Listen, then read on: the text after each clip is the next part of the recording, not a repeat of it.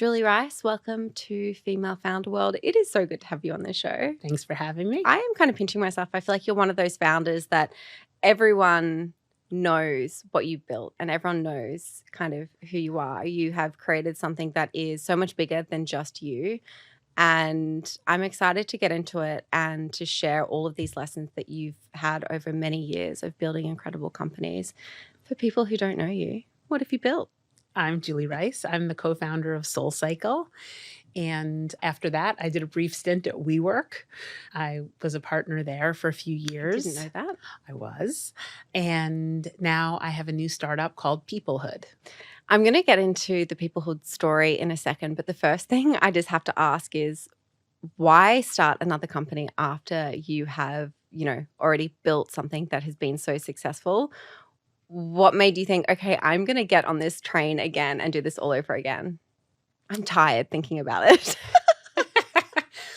Look, Elizabeth and I build things that we want to see in the world. We are really the users of the products that we build. I'm not somebody who, looks at the landscape of what's trending in consumerism and thinks, oh, that's something that's trending. I should build that because, there's an opportunity to make money. Elizabeth and I really build things that we need, that we want to use, that we feel like we can be part of a community of. And so I really do build these things for me. And, success for me has always been a byproduct of building things that I wanted to go to. And so I really saw something that didn't exist in the world, and I felt like I'd give it another try. And here we are. Like we said, I want to talk about Peoplehood in a minute because I think what you're doing is very needed and very important. But we need to get to Peoplehood, we need to understand the SoulCycle journey. And oh my God, what a story. What a story you guys have. I want to know how you met your co-founder, Elizabeth, and how things got off the ground. Yeah, absolutely. So before SoulCycle, I had an entirely different life. I lived in Los Angeles. I was a talent agent. I have loved actors since I'm the entertainment business, theater. I was a real theater kid. I have just loved all of everything about production. And so after college, I moved to LA. I was fairly successful in the movie business. At about age 30, I decided I wanted to move home. And I came back to New York. And one thing that I noticed was that there was no exercise like what I had experienced in Los Angeles, which was, exercise was social. I would go hiking with my friends. I would go biking by the beach. It was something that you did to make yourself feel better. It was a way to release stress. It was really just a part of a lifestyle that had not yet made its way to New York City. And I was taking a class at a gym in New York, and I was taking a class with a teacher, and I kept saying to her, this could be different, this could be better, it could be social, it could be fun, there could be a brand around it. And one day she said to me, there's a woman that takes a class of mine at another gym. You should meet her. She said she wants to invest in starting a fitness business. And it was crazy. Elizabeth and I met for lunch. We met at the Soho House. It was January. And we had this amazing lunch. And the truth is, I'm sorry that Elizabeth isn't here, but if you met her, we're really very different. But we sat down and we started talking, and we just had a very common vision. We were very passionate about the same thing. She had just moved from Colorado to the city at a very similar timeline as I had. Also looking for hiking and the sociability of exercise. And I left lunch that day. And as I got into my cab, my cell phone rang, and she said, okay, here's what's going to happen. I'm going to research real estate, and you're going to look for towels, and we're going to meet on Thursday. And sure enough, on Thursday, she called me, and she had found an old dance studio on Craigslist. Does Craigslist even still exist? I didn't even know. I think so. It certainly is not a place that I would ever look for anything anymore. But she had found this old dance studio on Craigslist. It was in the rear lobby of a building. It was 1,300 square feet. I met her there. It looked fine to us. We went across the street to a Starbucks. We wrote our business model on the back of a napkin, and we thought if we saw 100 people a day at $27 a bike, we would be able to keep the lights on. We'd be able to pay for the bikes, which you rent. And we also both had young babies at the time, and we needed to pay for some childcare if we were going to go try to start a new business. And that's what we did. What was the vision in the early days? Did you know that SoulCycle was going to become SoulCycle, or were you creating a studio? Oh, we were creating a studio. I just remember thinking, like, it was my job to make sure that at least 75 people got on Mhm. bikes a day, and I just couldn't go home until that happened.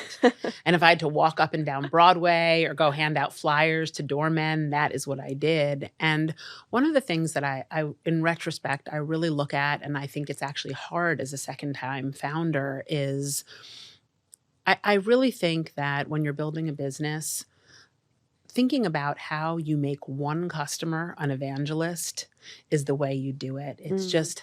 It is that feeling of not just product market fit, but it's that feeling of really making somebody feel like not only is the product great, but that they matter to the business. And in retrospect, they really did. We were in the rear lobby of a building. We had no sign. Nobody could find us. There was no boutique fitness. There was no category. When people used to call the front desk and I would tell them that they had to pay $27 for a spin class, they would say to me, but that's included in my gym membership. Mm. And so we had to love people so much that they wanted to come back. And I really try to keep that in mind the second time around, just really thinking about just focusing on making one customer not just happy, but so happy that they have to tell a friend. I had no aspirations to create, 100 spin studios. It was really about how do I make this one place the best place?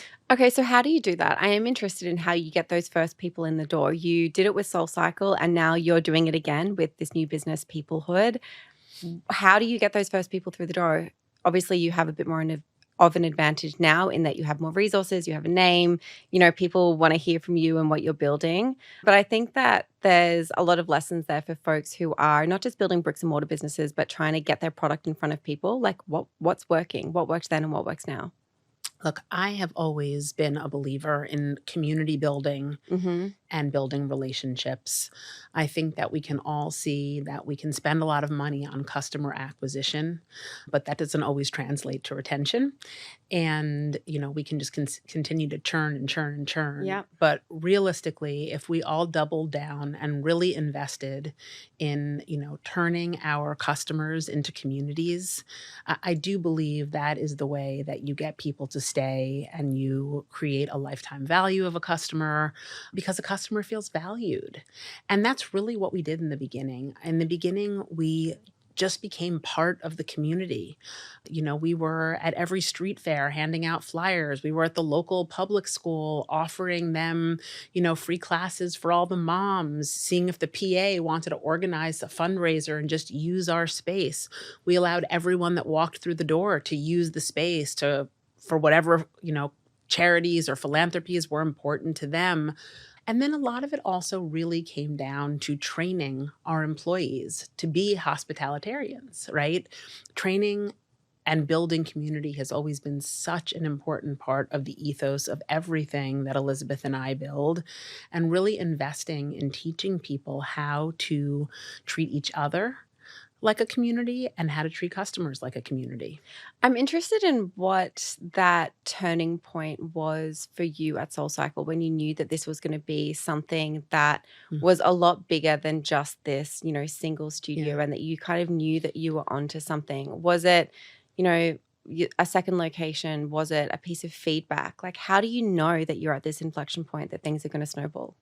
I can actually tell you, I can think of each milestone along the way, and I can tell you a couple of them because they're so memorable. And I remember sitting in the rear lobby with nobody coming in, with no sign.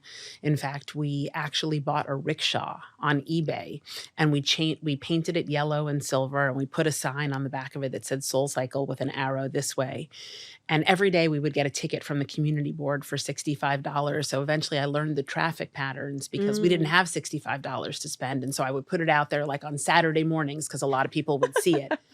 But I will say, I will never forget the day that our first class sold out. I remember closing the door to the studio and there were 35 people on bikes. And I thought, wow, Yeah. like the room is full. And I closed the door and 35 people were on the bikes and it was amazing. And I will say, in the category of charmed life, we started to cash flow after 6 months. We became, profitable. Amazing. We started the business for $250,000. We Mm. built it out of IKEA and we rented bikes. And so it was a different time. But then, you start to sell out classes and actually what wound up happening was, the supply became less than the demand. All of a sudden we started to sell out classes and sell out classes, and we could not get another space. It was 2007, 2006, 2007. And at the time, remember, New York City wanted to rent retail space to Banana Republic, to Duane Reade, to Chase Bank. Two women with a business that was making a lot of cash was not exactly the most desirable thing. Anyway, we decided that we were going to open a summer location in the Hamptons. And I had called Hamptons Magazine to see how much it would take to put an ad in the 4th of July issue. And they told me the price. And I said to Elizabeth, listen, people don't understand this business one-dimensionally. Like, an ad isn't even going to do anything. We should go out to the beach, see if we can find a space. And if we can run a summer studio just for break even, just for marketing, we should do it. And we did. And we went and we opened the barn, which has become like somewhat legendary out in Bridgehampton. And another milestone was we came back from that summer, and all of a sudden there were town cars lined up and down the block outside the studio in the morning. And we knew we had gone from being like a great full neighborhood business to becoming like a citywide thing. Oof, People were coming from all over. It was a crazy thing. And then we started crashing servers on Monday for sign up. We had one developer who built us this little sign up website, which, by the way, at the time, nobody had digital signups. You used to go to your gym an hour before spin class, sign up on paper, wait the hour. So for us, like, our online reservation system was revolutionary. Anyway, we started to crash servers on Monday. That was another milestone. The site could not take the traffic. And then the last milestone that I will tell you about was we had opened, a bunch of studios in New York City, a couple in the suburbs around New York, but we had still only opened studios that Elizabeth and I could physically touch. I would go and merchandise every studio. Elizabeth would go and, stand behind the front desk. And I remember people always saying to me, that's great as long as you can be there, but how are you going to scale human experience? Oh my gosh, question of my life right now. Right. How are you going to scale, what people feel? And I will never forget, we opened our West Hollywood location, and Elizabeth and I went and we cut the ribbon. And then a year later, we went back and we rode in the class. And afterwards, we went into the lobby. And just like in all of the New York studios, people started to pull me aside and say, I came because I wanted to lose a couple of pounds, but you should see what this has done for my marriage. Or I came because my doctor said I needed better cardiovascular health, but this gave me the confidence to leave my job. And it was the exact same things that people were saying in the lobbies in New York City, in Connecticut, in Scarsdale, all the places that I would go once a week and visit. And I hadn't really touched LA. I mean, we'd done a lot of training, of course. We'd sent out a home team to open it up. But it was all, I knew then that if we invested in people, both in our community, our instructors, and our front desk employees, that we were going to be able to scale human experience. That's incredible. I want to know how you do that. You say invest in people. What does that look like to equip someone to go and do the thing that you do? How do you outsource and externalize that? I think a lot of people, you get to an inflection point in any business where you're like, I need to hand over this thing, otherwise it can't grow. Yeah. How do you do that? Yeah. So it's interesting because, I would say that if I looked at the landscape of direct-to-consumer businesses out there, I have to say that I think people really underestimate the time and money that actually training human beings takes. People would come to SoulCycle and say, this is so amazing. Everyone here is so great. I mean, that did not just happen. Every one of those people that was so great was really invested in a very real way. I would say the biggest cost that we had at SoulCycle was the money that we spent investing in people. And it was well worth it because people were our product. But ultimately, a lot of the DNA of businesses, I always think, comes from the founders, right? Founders make instinctual choices. I think businesses are really reflections of the values and principles of their founders. Elizabeth and I, two female leaders in a time when, by the way, there were not that many female entrepreneurs or CEOs. We have 4 daughters between us. And our litmus test for the business, we used to say when we would make choices, is this a place we would want our daughters to work? And that's how we made every decision. Is this the way I would treat a friend? Is this the way I would want my daughter to be treated? And so first, I think you take that DNA. But then the question is, how do you scale the DNA of what decision I might make at the front desk? So we were lucky enough very early on to find a chief culture officer. She was actually a customer. She came to me one day after class and said, I'd like to work here. We said, we have no money. The only people that work here are me and Elizabeth. She said, maybe we can trade some classes. Anyway, I always say I never remember the day that Amy got her first paycheck, but we've been working together ever since. And Amy would run around with a notebook and she would codify these decisions. And ultimately, after a decade, we had 100 different, units of education that we taught at SoulCycle University, which was the entire basement of our HQ. We had fake front desks, and everybody would learn everything from history of the brand, how to be a culture of yes. Every employee that started working at SoulCycle worked for at least 2 weeks at the front desk, whether you were the CFO or whether you were the bike maintenance person. Because the truth is, we all would say that you learn more by being in your business for 2 weeks than you do being at your desk for 2 months. And that is really the truth about it. And then on top of it, besides from just training, people to, be hospitalitarians, Elizabeth and I did a lot of work on our own partnership and relationship as the years progressed. Very early on, we found a coach. We started to work with her, and we really learned how to communicate with each other, how to lead. And as we would be learning these lessons, we would teach them to the rest of our employees. And so ultimately, we became a culture of, transparent communication. We became a culture where giving each other feedback became the norm. And so because people were able to communicate with each other so well internally, and because they were so happy because of it, it was kind of like our internal culture was reflected in the way that the customers felt about the business, which I think is really true.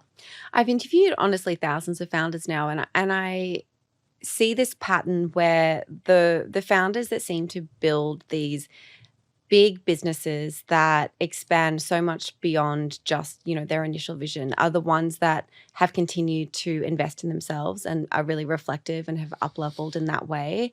I'd love to know what some of those specific things are that you learned through that coach. How did you learn to have conversations with feedback? Totally. And actually, it's a great segue into Peoplehood because so much of what we're actually teaching at Peoplehood is what Elizabeth and I learned ourselves in those sessions. So the truth is, the spoiler alert is the main skill that you learn in any sort of a coaching session, or the ones that we did with each other with another person. I mean, 2 founders two CEOs is a difficult thing. We really learned how to listen to each other. Elizabeth and I, when we have differences, when we have decisions to make, we usually do those meetings in 2 parts. We come to the table, usually our coach is there, and we each bring kind of the way that we feel about it. And one person talks and another person listens, and then the other person talks and another person listens. And then we kind of wrap up for the day. Because especially when there's conflict or 2 points of view, it is very hard to pause and absorb somebody else's perspective in that moment, to really understand somebody else's world, somebody else's story, why somebody else thinks, something different than what you are thinking is correct. And then we usually come back the next day or a few days later. And I have to tell you that 5 out of 6 times we come back to the table and Elizabeth will say, you know what, I totally see it your way. That's the way we should do it. And then I'll come and say the exact same thing. I see it your way. But I actually think that's one of the things that's made us extremely successful because, we are very different people. And we do see things in very different ways. And when you are forced to absorb somebody else's opinion rather than create this whole insular world where you only see one thing one way, I do think it's a real recipe for success, especially if you have a partner or somebody that you respect in that way. I do the same thing in my marriage. My husband and I have really learned to communicate in this very same way.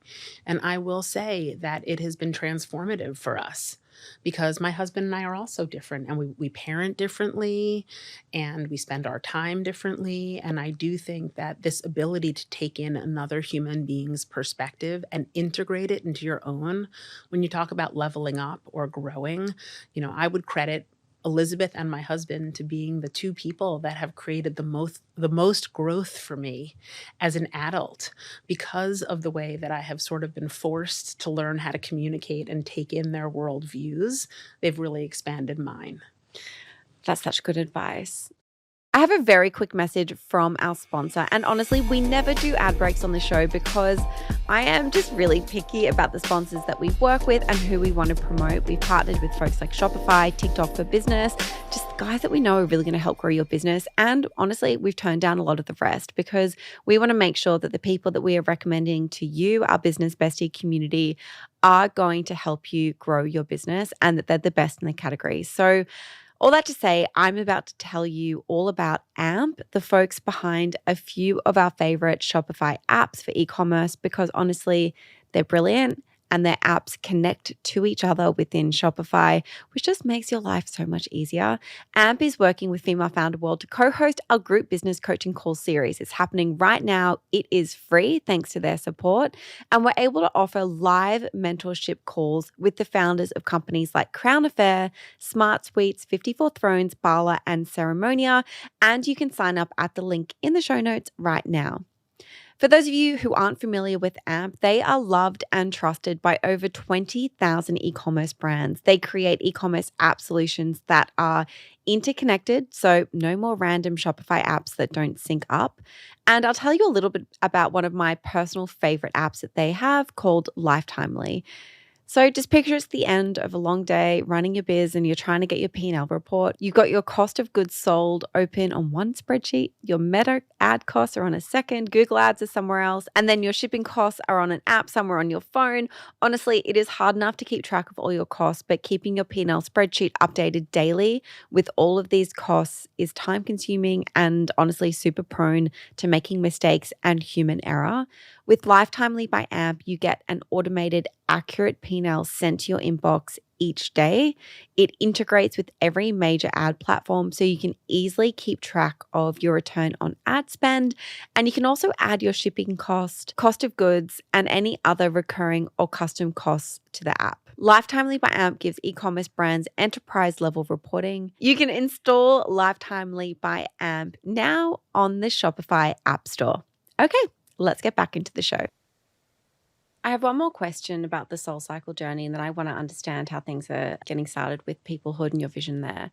The Equinox partnership, how did that come about and how did that change your world? Yeah. Well, okay, so, Elizabeth and I were like two women who started this thing in the rear lobby of a building. We didn't know anything about it. I mean, neither of us ever taught a spin class in our whole life. But, we understood brand, we understood people, we understood hospitality, and all of a sudden, SoulCycle started to get like all this buzz in New York City. And so Equinox called us pretty early on. Their CEO called us. I guess, he'd been hearing a lot. We'd been making a lot of noise in the space. And we started to have some initial conversations pretty early on, but we weren't quite ready to, sell any of the business yet. And then after we had about 7 locations, we began to see that we had created a marketplace and people were coming into that marketplace. We began to see, competitors, and, it was just starting to feel like we wanted to grow quickly. We wanted to be first to market. We really felt like we had a right to own that market. And, and I'm sure that a lot of people listening to this will, completely identify with this. But one thing I will say as a founder, as a first-time founder, and also as a female founder, I think there's a lot of times that you think that other people know how to do it the right way.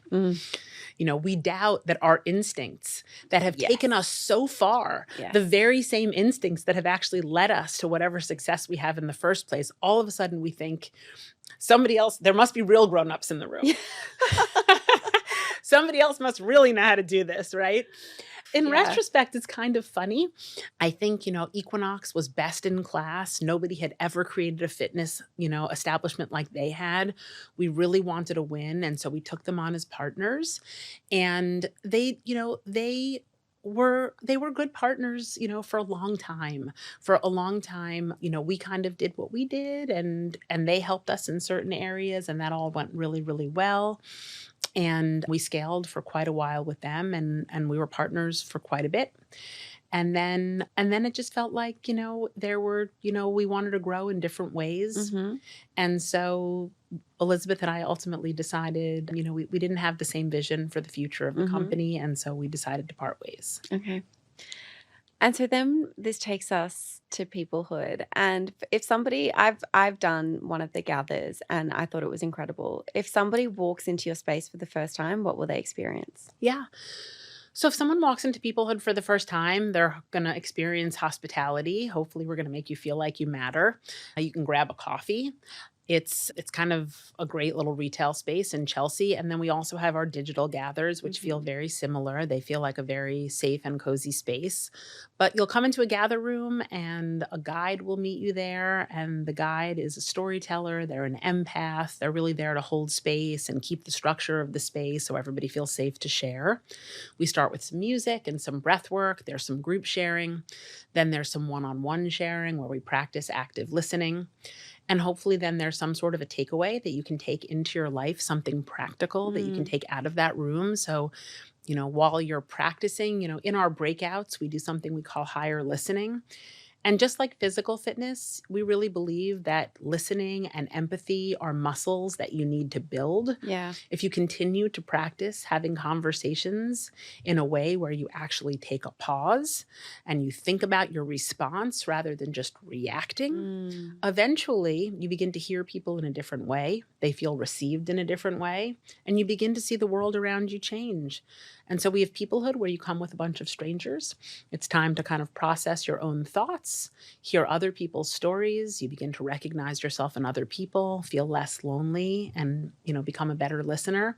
And then we also have Couplehood where you can come with a partner or a spouse. And that's really great because, Amazing. I don't know about you, but, my husband and I spend a lot of time together, but we do a lot of talking about who's booking plane tickets for Yes. Christmas and who's ordering the Yes. groceries. And so I don't often spend 15 minutes looking into his eyes, asking him what's keeping him up at night. Yeah, I can't remember the last time I had that conversation. I mean, our baby's keeping us up at night, but Right. But it's wild. yeah. I mean, it's really wild how quickly you can connect in a deeper way with somebody you know. And so, we really believe that this world has become, really isolating. We're post a global pandemic. People are spending more time on their phones, especially social media, all day long. We're more connected, and yet we're lonelier than ever. And I would say even more than loneliness, what we're doing by spending so much time on our phones is that we are really stripping our human being skills, our peopling skills Yes. out of our bodies. I have two children and they have a 6-year age gap. I have an 18-year-old and a 12-year-old. And I even look at the difference in the way the two of them communicate. And it's really staggering, how I remember thinking how horrible my 18-year-old was on her, social media all day. And now I look at my 12-year-old and think that was nothing. So it's really interesting how our world continues to change and we're really spinning away from this idea of human connection. And I think we've all seen, our Surgeon General put out a massive report this year talking about how loneliness is really becoming an epidemic. There's a lot of conflict in the world, and we really need to practice these skills if we're going to, continue to thrive. Our emotional wellness, our social wellness actually predicts the length and the health of our life more than anything else. Wow. How once you kind of like were forming this idea of, okay, this is what I want to do next. How long did that take for it to materialize into what is a very clear structured product that you're offering in this in the Peoplehood space? How long did that take and like how do you do that? Yeah. Well, look, It's very intentional. It's not just like you turn up and there's a therapist. Like it's this beautiful intentional experience. Definitely. Listen, SoulCycle was architected kind of the same way. I think there's a real art to experience design. And it's funny because that's probably sort of the theater kid in me. I've watched so many Yeah. productions, and I used to say at SoulCycle, it should feel like curtain up when somebody walks in and curtain down when they leave, and not just in the room, kind of when they cross the threshold. And so we really thought at Peoplehood, first of all, we've been working on the project for over 4 years. It started before COVID. And then, like many other founders, I'm sure people's products have taken many different forms. We started workshopping it IRL before COVID. Then during COVID, we developed a little bit of an app. And then as COVID was ending, we realized we needed to have both a digital and an IRL offering.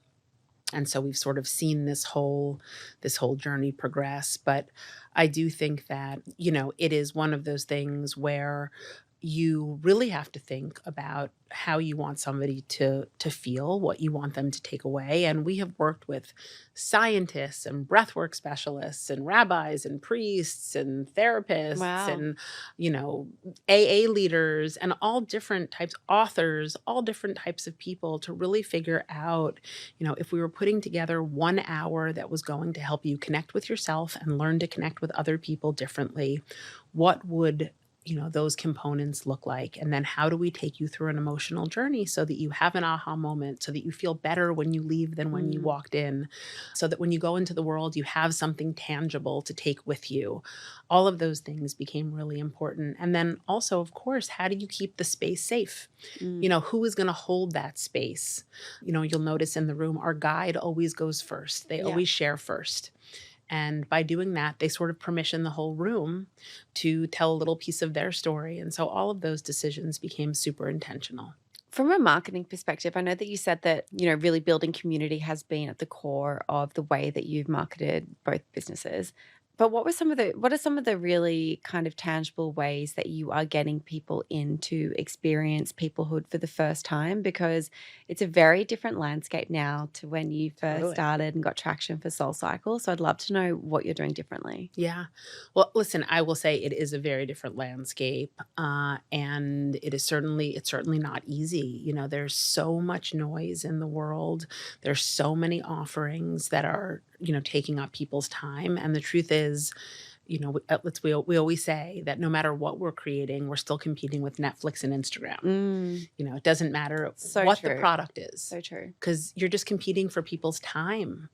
And so for us, we have, again, really focused on tapping into existing communities, communities that are already sort of blossoming, but where people may want to get to know each other more, where there are like-minded interests. I think that a lot of the offerings that we've seen are people who are having some sort of a life transition, whether you're a new mom or newlywed or new to New York, or you've just gotten divorced, or it's your first year at college. It really feels like, appealing to people who are in moments where they're really trying to move themselves from one place to the next.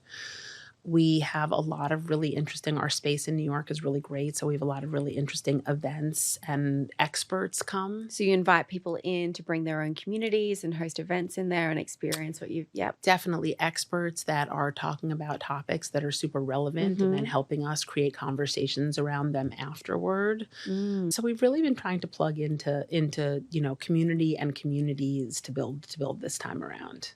And how are you thinking about the digital piece of this? I know that you're also offering the digital gathers. What does the digital marketing component look like for you guys now? Yeah, digital marketing has been really interesting. And what I will say is that we have really, it's still such early days. We've only been open for about 6 or 7 months. And so, really trying to make sure that product market fit digitally is correct before we begin a big digital spend. Loyalty programs, bring a friend programs. Again, I really do believe sort of in the whole evangelist. If somebody wants to bring a friend, your product is working. And so digital has also still been a lot of organic. How does it feel different the second time around for you?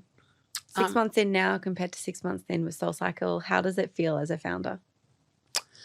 I would say it feels harder this time around, which is so interesting. You know what's ahead? Yeah. Well, yeah, I think, first of all, I think the first time around, your bar is so much lower. Yeah. I think that just, everything was such a thrill. Every person that came in was such a thrill. And not that it isn't now, because still my favorite, absolute favorite moments, I've actually started leading motherhood gathers Ooh. and some female founder gathers. Okay, amazing. And I will say I love being in the room. I love seeing like people coming and having those aha moments. I love hearing people's stories. I love watching them in the product. The digital cohorts are also amazing. We are actually offering a cohort right now, finding your true love, and that I've actually been in that, even though I've been married for 20 years. I've been in that, just taking the course, and it's fantastic. I mean, it's interesting. We've learned to connect digitally so incredibly well post COVID. I will say in some ways the digital gathers are even more intimate than the ones that are in the room. People are really uninhibited when they're in their own rooms, in their own pajamas, Yeah. and they'll tell you a lot more sometimes. And I will say that it's been, those are my favorite moments. The moments that are tough are the moments when I'm comparing myself to myself. I'm a bit older than I was then, so I'm always sort of double checking myself, like, am I young enough to do this? Am I current enough to That's do so this? All the interesting. things, yeah. And then, of course, when you've been lucky enough to have a giant success, it's really hard not to judge yourself and to feel like, well, it happened after 6 months last time. I've been open for 7 months. What does this Mm. mean? My husband and I were talking about it the other day, and I was saying it would have almost been better, if SoulCycle was like my third one. Right. Yes. Right? Yes. I mean, sequentially, it would have made a lot more sense.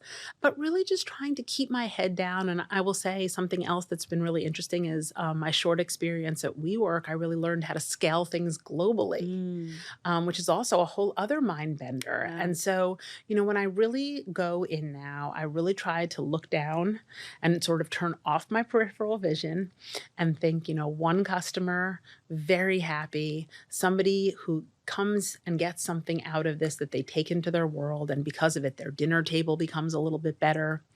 Their team at their office can collaborate differently. Their marriage is a little bit stronger. Like, I'm really trying to focus on those metrics just to really keep myself in the whole sort of product market fit game, which I Yeah. know is such early stages. Yeah. It's hard. I mean, I have spent the last decade and a half thinking about scale, a word I didn't even know when I started SoulCycle, thinking about exit, a word that I didn't even know when I started SoulCycle.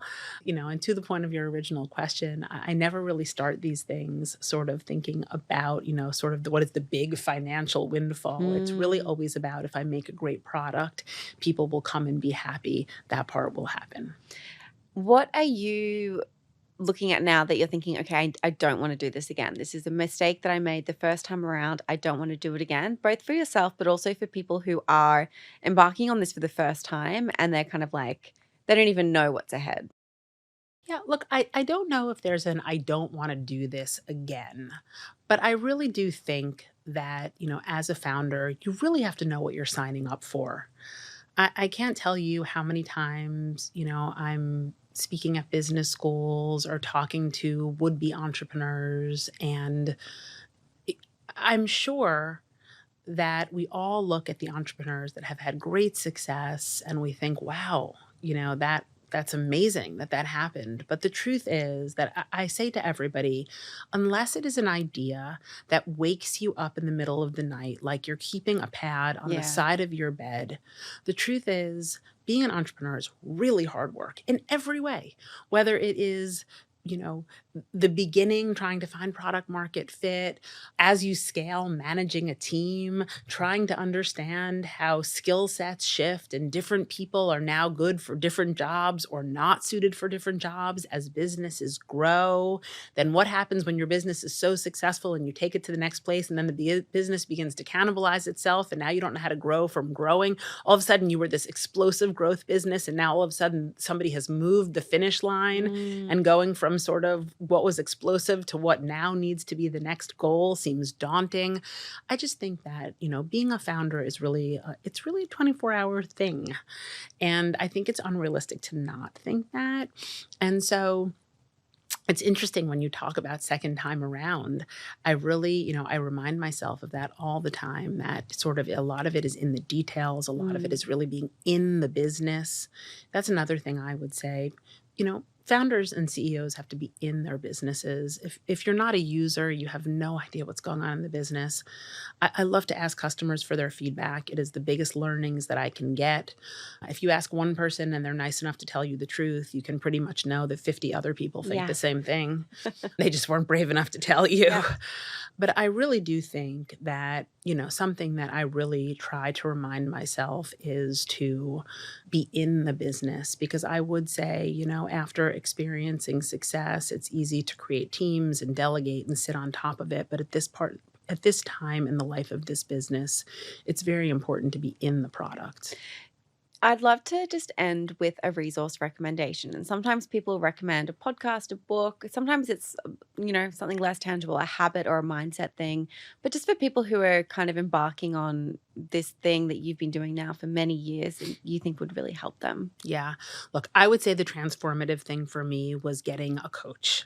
And I know that it can be a bit of an investment, but whether you can afford it once a quarter, whether you can afford it twice a year, I do think really having another person there to ask you some questions and give you the time to think about it is really the most helpful thing that I've ever done for myself in business. I am often surprised, especially in a startup or a business that's scaling. We are moving so quickly. One decision ends and the next one begins, And I just think that without having the ability to step away, it is hard to have new ideas. It's hard to innovate. It's hard to be the leader that you want to be.